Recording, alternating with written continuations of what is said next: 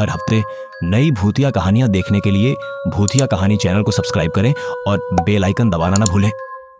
उस टेबल पर लाल कपड़ा अब नीचे पड़ा था और उसके ऊपर मैंने अपने दोस्त किंगशुक का आधा पका हुआ कटा हुआ सिर देखा और मैं अनजाने में ही चीख पड़ा। पिछले साल किंगशुक और मैं एक दोस्त की शादी में शामिल होने कोलाघाट गए थे। हम सिर्फ 2 लोग थे और मैं अपनी बाइक के साथ कोलाघाट गया था। एक शानदार शादी की रस्म और तरह तरह का खाना। शादी की सारी रस्में खत्म करने और खूब सारा खाना खाने के बाद घर के लिए निकलने में काफी रात हो गई थी। हम दोनों रात की ठंडी और शांत जगह में अपनी बाइक से घर लौट रहे थे।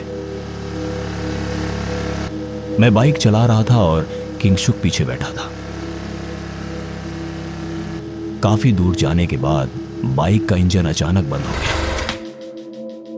मैंने बाइक का इंजन स्टार्ट करने के लिए 2-3 बार स्विच दबाया, लेकिन मुझे इंजन स्टार्ट होने का कोई निशान महसूस नहीं हुआ। इस बीच जब मैं सुबह कोलाघाट आया तो बाइक में कोई दिक्कत नहीं हुई। तो अब क्या हुआ? मैंने बाइक का इंजन स्टार्ट करने के लिए कुछ और बार स्विच दबाया, लेकिन कुछ भी काम नहीं आया। इस बार किंगशुक ने पीछे से बाइक को धक्का देना शुरू कर दिया और मैं इंजन स्टार्ट करने के लिए स्विच दबाता रहा, लेकिन कुछ भी काम नहीं आया। किंगशुक और मैंने अपनी पूरी कोशिश की, लेकिन हम किसी भी तरह से बाइक का इंजन स्टार्ट नहीं कर पाए। अब कोई और चारा ना होने पर मैं बाइक को धक्का देता रहा और किंगशुक मेरे पीछे चल रहा था। कुछ दूर तक ऐसे ही आगे बढ़ने के बाद मैंने देखा कि आसमान में धीरे धीरे काले बादल छा रहे हैं। शुओ, लगता है जोरदार बारिश होने वाली है। सर्दी है और अगर तुम अभी बारिश में भीग गए तो निमोनिया होना तय है। तुम सही कह रहे हो। बाइक ऐसी जगह पर खराब हो गई। आसपास सिर्फ एक बड़ा मैदान है और बारिश से बचने के लिए खड़े होने की भी जगह नहीं है। कुछ और दूर ऐसे ही चलने के बाद किंगशुक ने कहा, देखो शुओ, तुम्हें एक घर दिख रहा है। चलो वहां चलते हैं, अगर हम आज रात उस घर में रुकने का इंतजाम कर सकें। काफी देर हो चुकी है, क्या उस घर में जाना ठीक रहेगा? किंगशुक ने थोड़ा गुस्से में कहा। देख नहीं रहा, जोरदार बारिश आने वाली है। अगर शर्म करते रहे तो पूरी रात भीगना पड़ेगा। घर नहीं लौटना पड़ेगा। मुझे तुरंत हॉस्पिटल में भर्ती होना पड़ेगा। फिर बिना किसी देरी के किंगशुक और मैं घर की तरफ चल दिए। जब हम घर के पास पहुंचे तो हम थोड़े हैरान हुए। 2 मंजिला घर किसी भूतिया फिल्म के हॉन्टेड हाउस जैसा लग रहा था। लोहे के गेट सहित पूरे घर में लंबे समय से अनदेखे के निशान साफ दिख रहे हैं। किंगशुक और मैंने टूटे हुए लोहे के दरवाजे को धक्का दिया और अंदर घुस गए।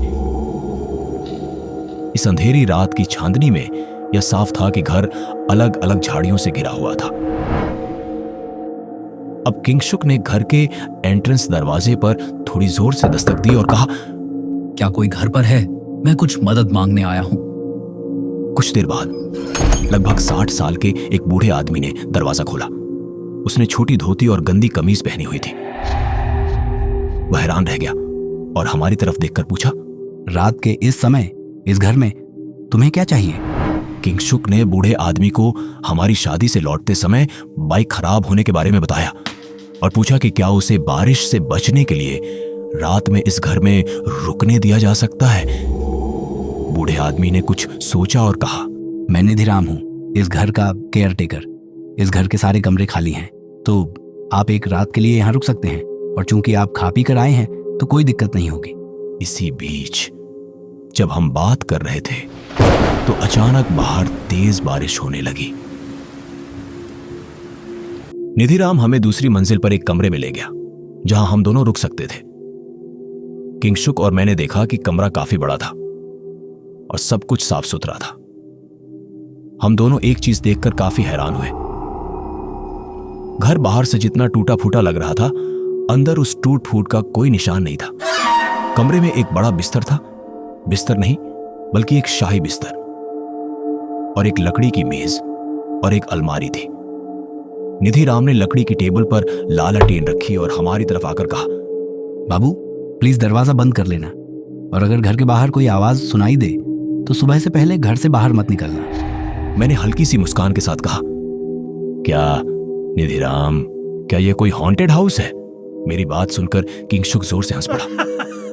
निधिराम ने थोड़ी परेशान आवाज में कहा, मेरा तुम्हें डराने का कोई इरादा नहीं है, लेकिन अगर तुम रात में बाहर जाओगे तो तुम्हें बहुत सी डरावनी चीजें दिख सकती हैं। इसलिए बिना किसी देरी के यह बारिश वाली रात शांति से बिताओ और सुबह निकल जाओ।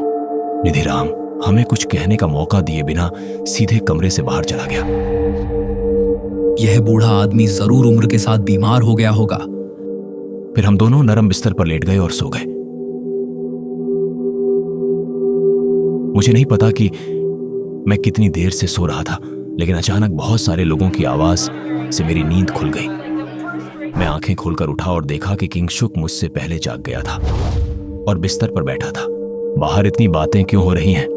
अगले कमरे में, लेकिन ये लोग इतनी रात को कहां से आ गए? चलो चलकर देखते हैं।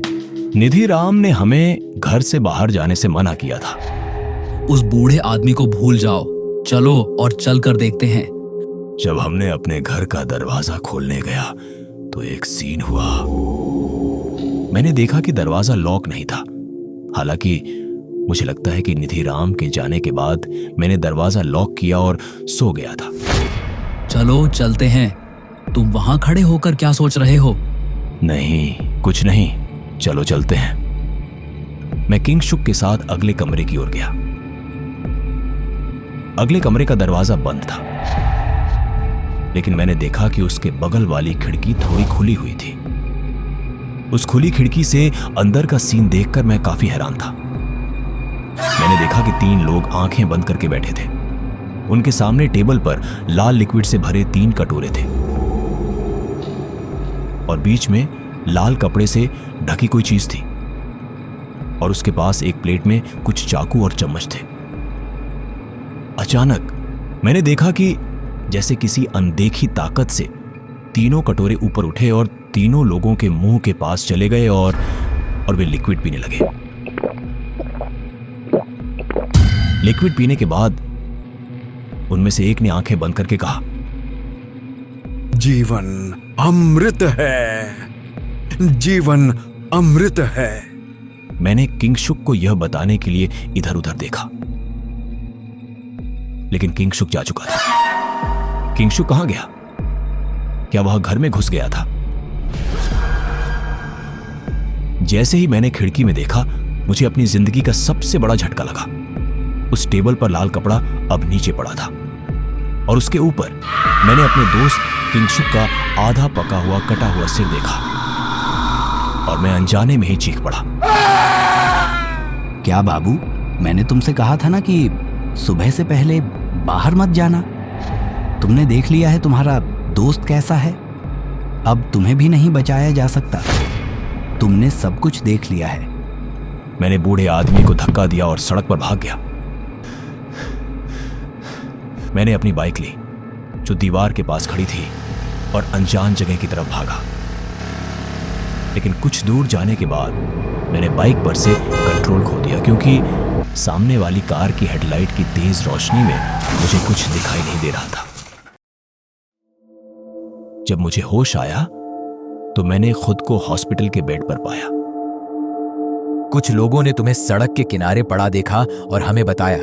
हमने तुम्हारी बाइक वहां से बरामद कर ली, लेकिन थोड़ी दूर पर एक पुरानी 2 मंजिला इमारत के पास एक सिर कटी लाश मिली।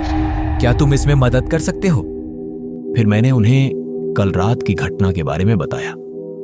मेरे मुंह से यह सुनकर उन्होंने कहा, वह घर लगभग 15 साल से वहां पड़ा है।